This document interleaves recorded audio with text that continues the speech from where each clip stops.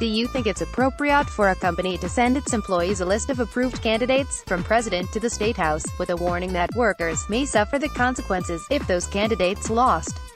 What if a company told its mineworkers that attendance at presidential rally during the 2012 election cycle was mandatory, but no one was forced to attend? Do you think they would feel like they might be penalized for non-attendance? These examples are real, and they come from Alexander Hurdle Fernandez's new book, Politics at Work: How Companies Turned Their Workers into Lobbyists. The book documents an extraordinary practice, and admittedly, one to which I had paid far too little attention. Companies frequently try to persuade and mobilize their employees to support politicians and policies beneficial to the corporation. Hurdle Fernandez calls this phenomenon employee mobilization. And the examples continue: a company pressuring employees to give money to the corporate PAC and calling out workers who didn't attend political events. Companies stuffing their employees' paycheck envelopes with political messages. A curriculum for employers to educate their employees, including arguments that the rich pay more than their fair share, and taxation, regulation and legislation can all make it more difficult for a business to make a profit, and will, in the end, negatively affect you and me. 1/3 of workers in one study worried about retaliation if they didn't follow corporate wishes because of the inherent power imbalance between managers and workers. These practices look more like coercion than simple free speech.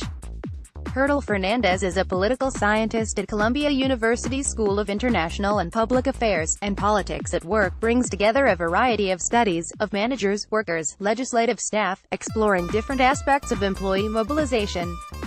He reports that 1/3 of workers in one of his studies worried about retaliation if they didn't follow corporate wishes. And unsurprisingly, given their precarious financial situation, lower-income workers were more susceptible. And corporations monitor whether employees engage in political activities, and Hurdle Fernandez says that some do. Employees are also more likely to respond to managers' wishes.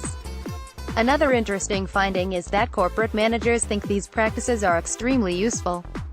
Managers ranked employee mobilization efforts as more effective for influencing policy than any other activity except lobbying, more than donating to candidates and more than buying political advertising.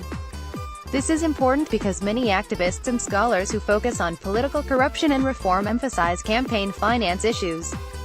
While such issues are hugely important, they are only the tip of a deep iceberg that includes lobbying, the revolving door from industry to government, and funding for grassroots groups. Employee mobilization plunges still further into the frigid waters where money turns to power. Interestingly, according to Hurdle Fernandez's analysis, the Citizens United case was particularly important in expanding employee mobilization activities. After the case, it became clear to corporations that such activities were protected. Economically, worker and corporate interests are not always aligned. Hurdle Fernandez is careful to note that employee mobilization has taken place through history, that it can happen on both the right and the left, and that workplace politics might have some virtues. But it is worth lingering on the reasons why the practice can be destructive. Economically, worker and corporate interests are not always aligned. Corporations arguing against healthcare or the minimum wage might be acting more from ideology than any real threat to their bottom line. It also isn't clear that mobilizing employees to support the corporation's profit-seeking agenda will be good for the economy overall.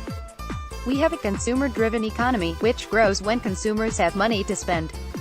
This, in turn, means that policies that build and preserve a strong, large middle class will be superior to those that deepen the pockets of the wealthy. Politically, employee mobilization shrinks the space for active citizenship, blurring the line between work and politics, especially for financially insecure workers who might be more susceptible to implicit threats.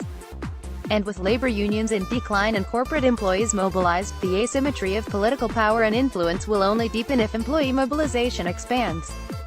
Of course, with Citizens United still on the books, the question is what to do about it. Hurdle Fernandez focuses on solutions to the worst excesses of employee mobilization, including extending the bar on coercing employees into corporate PAC activities to all corporate political activities, banning companies from penalizing workers who refuse to attend political meetings, and protecting workers from employment retaliation for their political beliefs and actions. All of these solutions would help, but the real challenge is that we are trapped in a vicious cycle. The greater the power differential between ordinary citizens and corporations, the harder it is to make change. And more that corporations lobby, donate to campaigns and engage in employee mobilization, the wider the power differential gets. Ganesh Sitaraman is a Guardian U.S. columnist. He is the author of The Crisis of the Middle Class Constitution.